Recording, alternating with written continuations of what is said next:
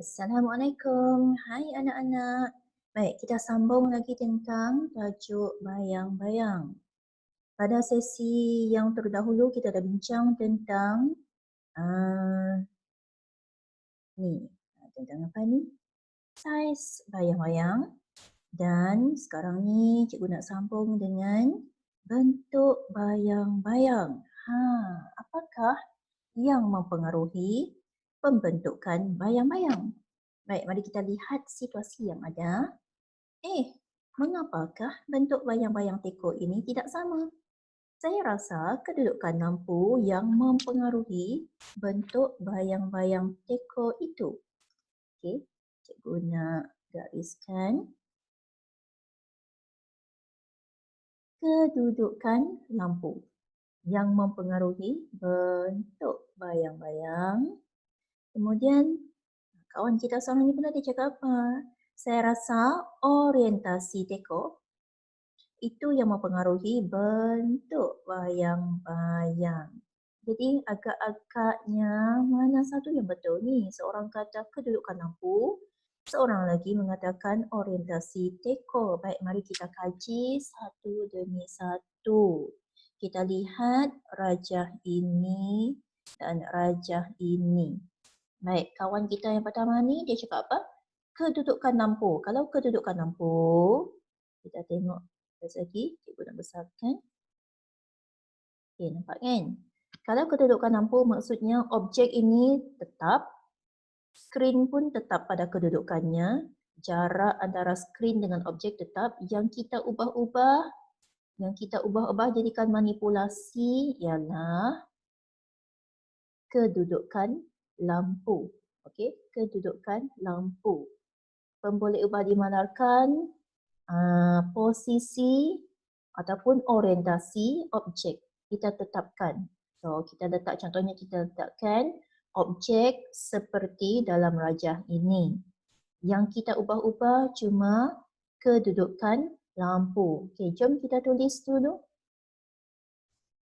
Untuk eksperimen yang mengatakan bahawa kedudukan lampu mempengaruhi pembentukan bayang-bayang. Okey, mari kita tulis dia punya pemboleh ubah. Okey, cikgu tulis di sini. Pemboleh ubah dimanarkan. Apa yang tetap tadi? Cikgu nak tukar tulisan bagi kamu nampak.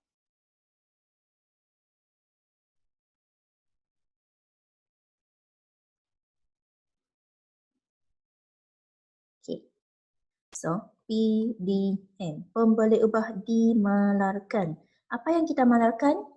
Iaitu orientasi objek, orientasi ataupun kedudukan objek sama. Okey, cikgu guna perkataan orientasi objek. Kemudian, tinggi sikit. Kita sambung lagi. Pemboleh ubah dimanipulasi, PM. Apa yang kita tengok berubah-ubah di sini yang sengaja kita ubah-ubah ialah kedudukan lampu. Kedudukan lampu suluh. Kedudukan lampu suluh.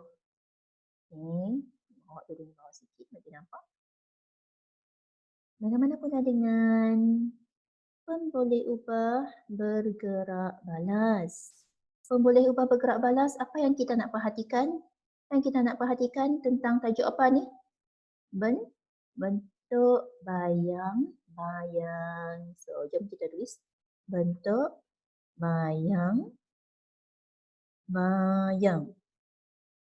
Boleh tak? So, pemboleh ubah ini adalah eksperimen tentang kedudukan lampu suluh mempengaruhi bentuk bayang-bayang. Jom kita kaji daripada rajah yang diberi. Okey, pada kedudukan nombor 1. Pada kedudukan nombor 1, iaitu pada posisi seperti ini, kedudukan nombor 2 dan kedudukan lampu suluh nombor 3. Baik, kalau kamu suluh dari sebelah sini nombor 1, okey, Apa yang kamu nampak bayang-bayangnya? Adakah sama dengan bayang-bayang yang bentuk bayang-bayang yang kamu nampak kalau kamu suluh dari kedudukan nombor 2 dan juga kedudukan nombor 3? Sama atau tidak? Semestinya tak sama kan? Okey, kamu akan nampak bentuk bayang-bayang yang berbeza.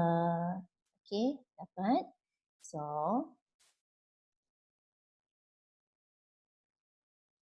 ini cikgu nak kamu jelas untuk eksperimen ini, pemboleh ubahnya. Okey. So memang pemerhatian kita nanti bentuk bayang-bayang berbeza. Bentuk bayang-bayang berbeza. Jadi memang kedudukan lampu suluh mempengaruhi bentuk bayang-bayang. Baik. Seterusnya kita nak tengok kawan kita yang seorang ni pula. Dia mengatakan tentang orientasi teko. Orientasi teko ni maksudnya bagaimana cara kamu meletakkan teko tersebut di hadapan lampu suluh ataupun di hadapan sumber cahaya. Mungkin kamu boleh letak pada posisi seperti ini, satu. Ini kedua, menghadap ke depan dia punya muncung teko ini. Dan yang ketiga, pusing sebelah. Pusing sisi lah kan dia punya teko.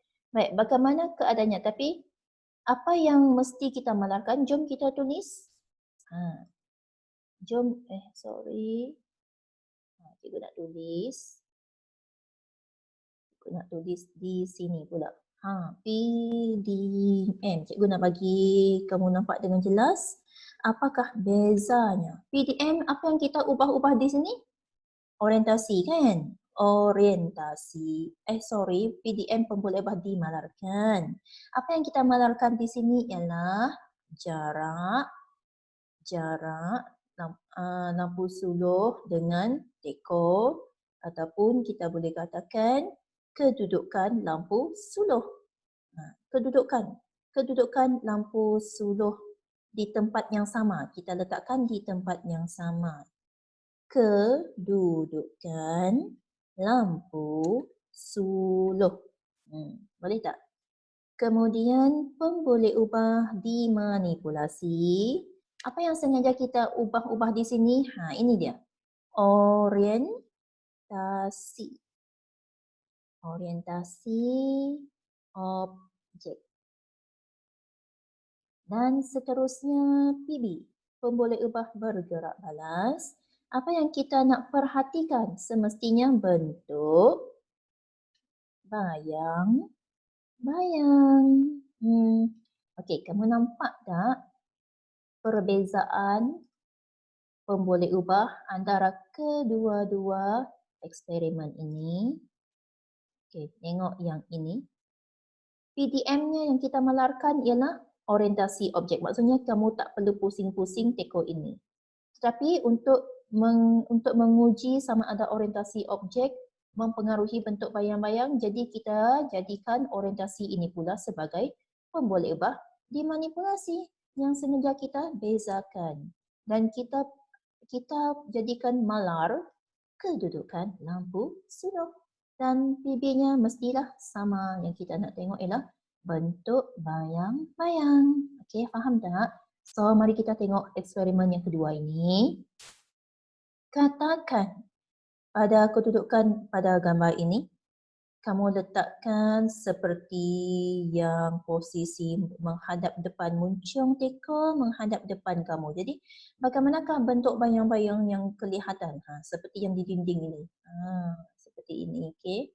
Cikgu nak highlightkan. Okey, ni.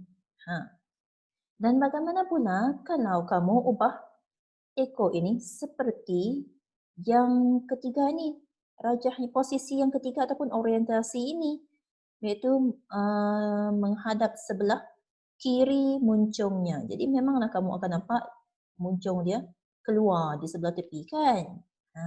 Jadi cikgu tanya kamu, adakah orientasi objek juga mempengaruhi juga mempengaruhi bentuk bayang-bayang? Semestinya kan? So, kita ada dua. Kita ada dua faktor yang mempengaruhi bentuk bayang-bayang. Yang pertama ialah ini tadi, iaitu kedudukan lampu. Kedudukan lampu suluh ataupun kedudukan sumber cahaya. Yang kedua ialah orientasi objek. Okey. Yang penting kamu kena tahu pemboleh ubah yang betul. Okey. Kamu boleh tulis pemboleh ubah ini dalam buku amali. Baik. Selepas itu kita tengok ini. Sebelum kita pergi ke tajuk cahaya boleh dipantulkan untuk sesi yang berikutnya. Baik, mari kita lihat yang ini. Orientasi tekor dan kedudukan lampu. Kita nak garis sekejap. Orientasi tekor dan kedudukan lampu suluh mempengaruhi bentuk bayang-bayang. So, rancang dan jalankan eksperimen untuk menguji kedua-dua hipotesis ini. Anda tulis laporan dan hasil eksperimen. Okey, kamu boleh mengambil masa kamu yang ada. Kamu boleh cuba dua-dua eksperimen ini. Satu, kamu ambil ni, lampu suluh kamu atau apa-apa lampu, sumber cahaya. Kamu buat dalam 3 posisi ataupun 3 kedudukan yang berbeza dan suluh. Kamu tengok, kalau suluh dari sebelah sini, macam mana kamu nampak? Yang kedua, kamu buat orientasi objek yang berbeza. Tapi kedudukan lampu tetap. Okey, boleh tak? Kita tengok yang seterusnya, info. Orientasi, dia berikan definisi. Orientasi ialah keadaan sesuatu objek yang diletakkan dalam ruang. Keadaan sesuatu objek yang diletakkan di dalam ruang. Maksudnya bagaimana kamu letak sesuatu objek tersebut pada posisi yang bagaimana. Okay? Berdasarkan eksperimen tersebut, kita boleh membuat kesimpulan bahawa bentuk bayang-bayang berubah apabila kedudukan sumber cahaya ataupun orientasi objek berubah. Jadi kita ada berapa faktor di sini? Kita ada 2 faktor. Ini faktor nombor 1 dan ini faktor nombor 2. Okey, boleh tak? Senang kan? Jadi yang mempengaruhi bentuk bayang-bayang ialah kedudukan sumber cahaya dan juga orientasi objek. Baik, cikgu nak tunjuk lagi.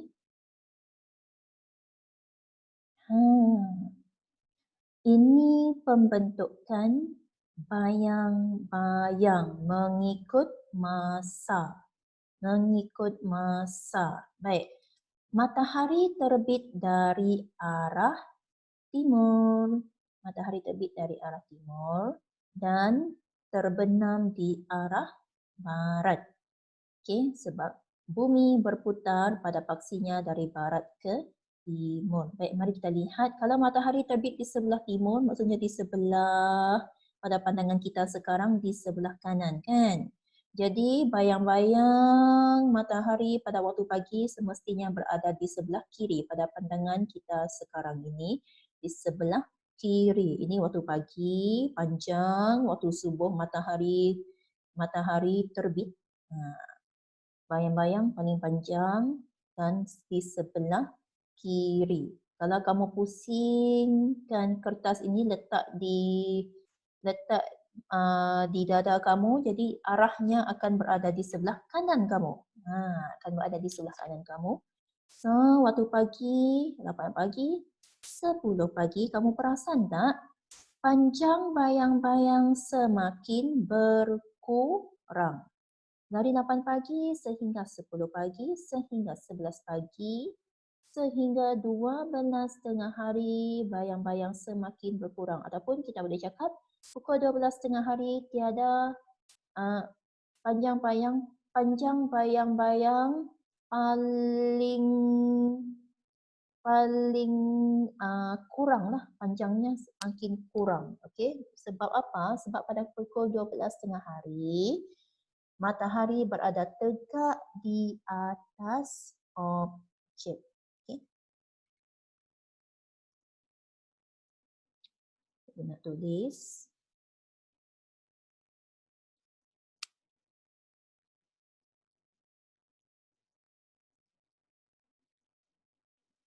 Okey.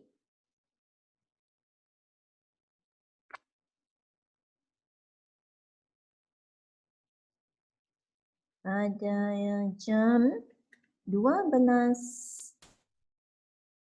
tengah hari, panjang bayang-bayang paling pendek. Okey, paling pendek. Okey, kerana apa? Ini kita buat pemerhatian dengan inference sekali. Kerana apa? Kerana kedudukan matahari berada tegak ataupun tegak di atas objek. Berada tegak di atas objek. So kita punya bayang-bayang memang di bawah tapak kaki kita lah. Okey, kamu boleh cuba tengok pukul waktu tengah hari pukul 12, kamu boleh tengok di mana kedudukan bayang-bayang kamu. Okey, dapat? So, dan adakah matahari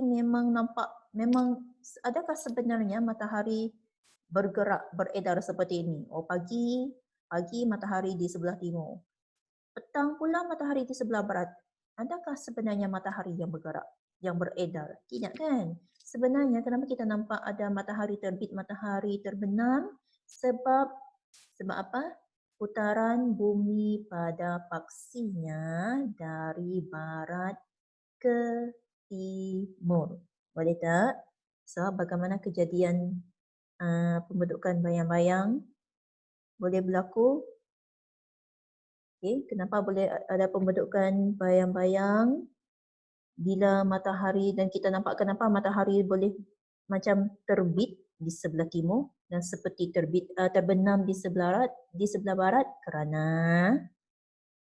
Kerana bumi berputar pada paksinya dari arah barat ke timur. Okay, boleh kan? So sebenarnya matahari tak ada pun terbit terbenam seperti ini. Tidak. Okay, cuma disebabkan oleh putaran bumi. Matahari tempatnya di situ sahaja, statik. Bukan matahari yang beredar mengelilingi planet, tak ada. Baik. Okey, kita perhatikan lagi pada pukul 8 pagi sehingga pukul 12, bayang-bayang macam mana polanya? Bayang-bayang semakin memendek. Panjang bayang-bayang ni semakin berkurang. Okay, panjang bayang-bayang semakin berkurang.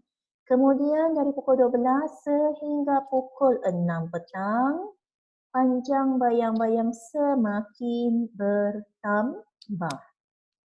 Jadi polanya ada berapa? Ada dua kan? Berkurang, kemudian bertambah. Panjang bayang-bayang berkurang, kemudian bertambah. Okey, dapat kan? So kita tengok yang seterusnya. Ini yang rajah. Ini adalah rajah tentang orientasi objek. Okey, contoh ni kita ada objek seperti bentuk L. Kita buat pada posisi seperti ini, orientasi seperti ini, dan kamu suluh. Apa yang kamu akan nampak pada skrin? Kamu akan nampak satu bar seperti ini. Okey, bagaimana pula kalau kamu menghadapkan bentuk L ini pula menghadap cahaya? Semestinya kamu akan nampak bentuk L. Betul tak? Kamu boleh cuba, okey. So, jom kita buat rimbasan semula apa yang kita dah pelajari tentang bayang-bayang. Baik, prinsip cahaya yang terlibat dalam pembentukan bayang-bayang ialah yang pertama, cahaya bergerak lurus. Okey. Dan yang kedua, cahaya tidak dapat menembusi objek legap. Ini kamu dah pelajari di tahun 4, sifat cahaya. Cahaya tidak boleh menembusi objek legap. Kita ada 3 jenis permukaan ataupun 3 jenis penembusan cahaya dalam objek kan. 3 jenis seperti lut sinar, lut cahaya dan juga legap. Masih ingat tak? Lut sinar membenarkan kebanyakan ataupun membenarkan hampir kesemua cahaya menembusinya. Kalau lut cahaya hanya membenarkan sebahagian cahaya menembusinya. Kalau legap, objek yang legap tidak membenarkan cahaya menembusinya. Jadi bila cahaya tak dapat menembusi objek legap seperti badan kita kan, jadi akan terbentuknya bayang-bayang. Boleh tak? Kamu boleh cuba, kamu ambil plastik. Plastik kan sifatnya ialah lut sinar. So, kamu boleh cuba, kamu tengok ada tak bayang-bayang terbentuk. Kamu suluh dengan lampu suluh, ada tak bayang-bayang terbentuk? Okay. So, seterusnya tentang saiz bayang-bayang. Saiz bayang-bayang, pada sesi sebelum ni kita dah bincang tentang saiz bayang-bayang. Okay. Ini dia punya kesimpulan. Semakin bertambah jarak antara objek dengan sumber cahaya, makin bertambah jarak, seperti yang cikgu dah cakap, kalau jarak bertambah maksudnya makin jauh lah kan. Sumber cahaya dengan objek semakin jauh. Bila sumber cahaya makin jauh dari objek ataupun kalau objek makin jauh dari sumber cahaya, memanglah bayang-bayangnya akan menjadi kecil. Semakin berkurang ketinggian ataupun saiz bayang-bayang ataupun kita boleh cakap semakin kecil bayang-bayang. Kalau yang kedua ini, dia keadaan yang terbalik pula lah. Semakin berkurang jarak antara objek dengan sumber cahaya. Kalau jarak semakin berkurang, maksudnya objek dengan sumber cahaya semakin dekat. Kalau semakin dekat, maksudnya bayang-bayang pun akan jadi besar. So, di sini semakin bertambah ketinggian bayang-bayang dan ataupun semakin besar bayang-bayang. Okey, kamu boleh tulis dalam buku amali. Dan bentuk bayang-bayang pula dipengaruhi oleh kedudukan sumber cahaya dan juga orientasi objek. Okey, kita habiskan sesi kita tentang bayang-bayang. Dan pada sesi seterusnya, kita akan belajar tentang pantulan cahaya. Untuk itu, kamu baca dahulu, buat persiapan awal supaya kamu lebih faham bila kita berbincang, bila kamu dengar penerangan cikgu. Okey, sekian saja daripada cikgu. Assalamualaikum. Bye-bye.